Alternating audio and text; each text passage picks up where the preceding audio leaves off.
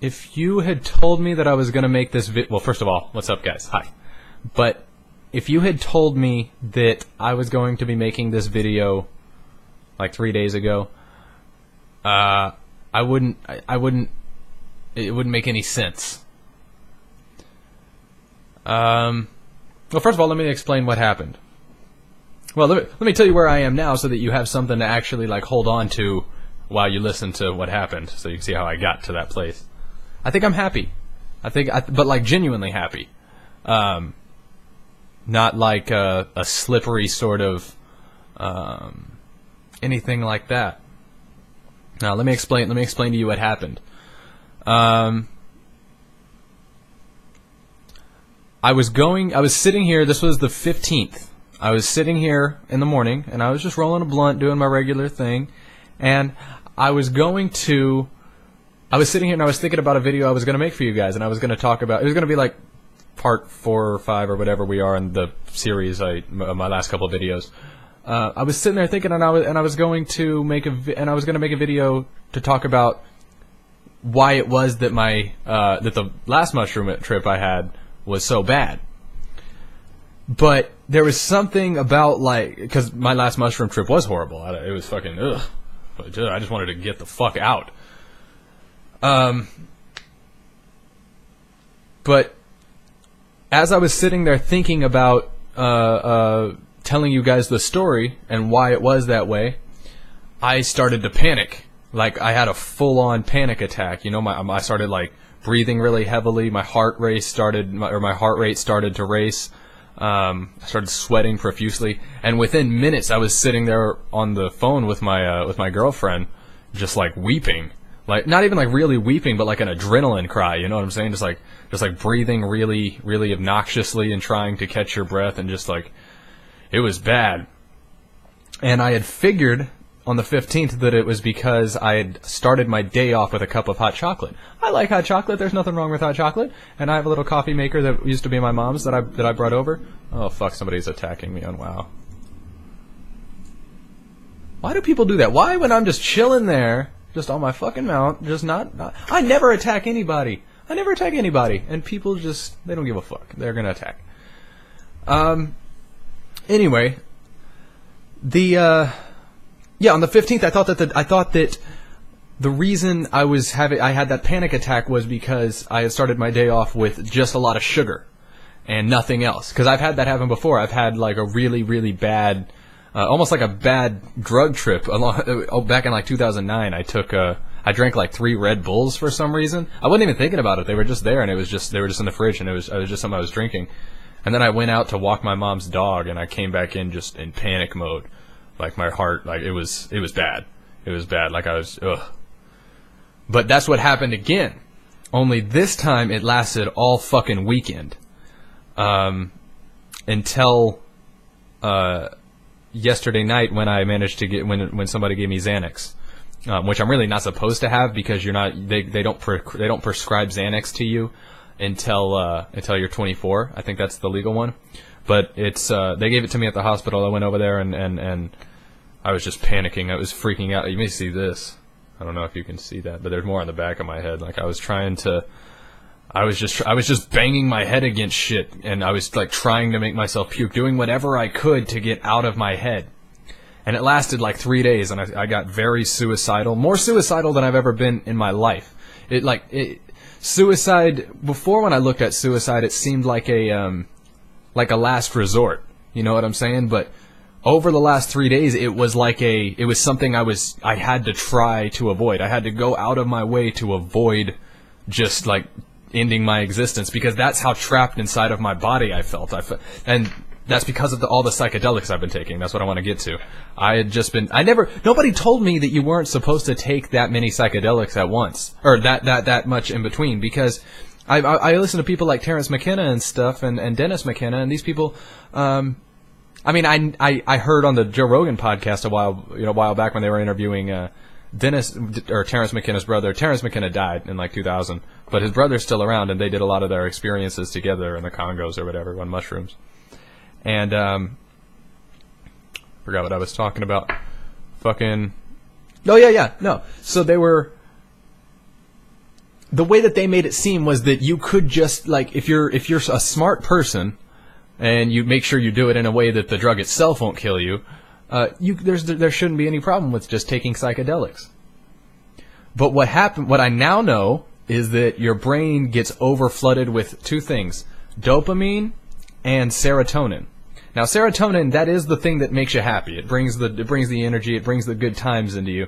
But it's also, once it gets to high enough level, it's what causes adrenaline. It's what tells your body, hey, we're having way too much activity up here, and it's time, we need, like, the only time that it ever has that much activity is if some real shit's going down and you need that adrenaline for whatever the situation may be. But my body, what it ended up happening was my body, from the moment I just sat there, I don't know, it was weird because it triggered while I was completely sober, the first attack I had, when I was just sitting here thinking about the video I was going to make for you guys. And, I mean, it was so dark. I mean, I got to a point where I thought that I was making people up for the sake of my own sanity. Like, what happened on the mushroom trip was, like, I had realized that, I realized on the mushrooms, I don't know whether or not this is real. Reality is such a slippery thing, but what happened during my mushroom trip was that I had seen that what I really was when I stripped back everything.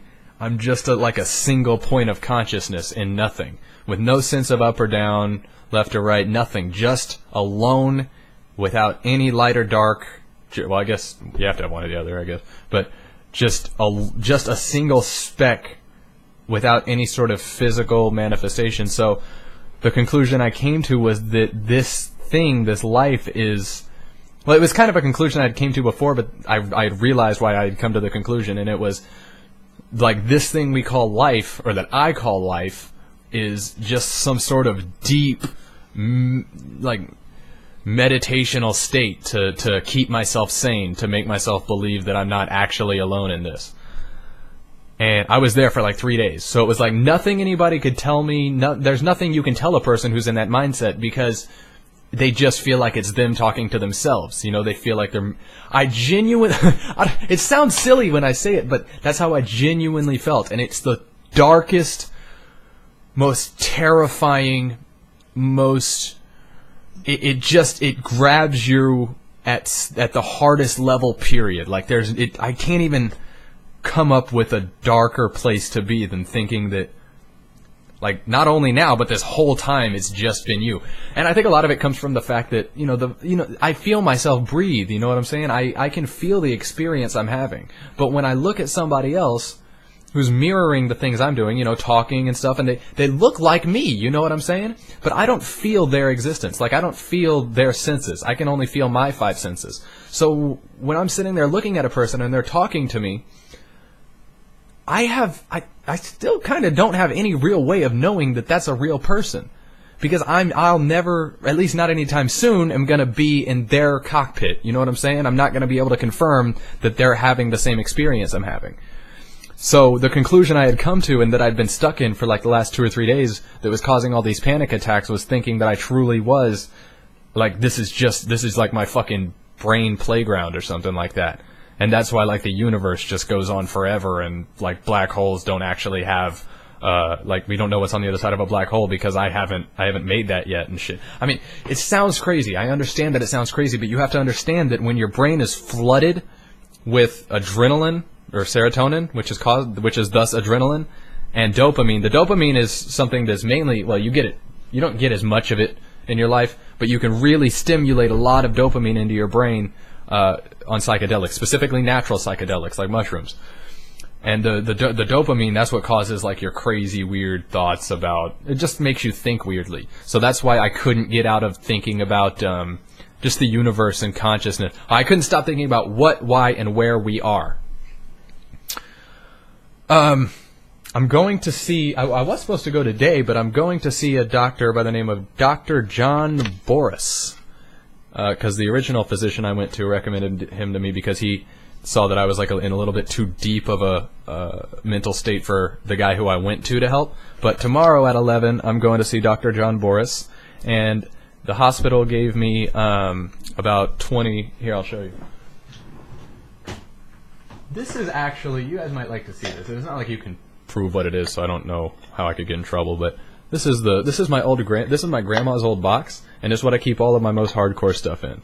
But this is the Xanax they gave me.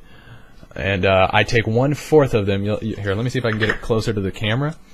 What happened, they in case you don't know, I'm sure most people know what bars are, but they,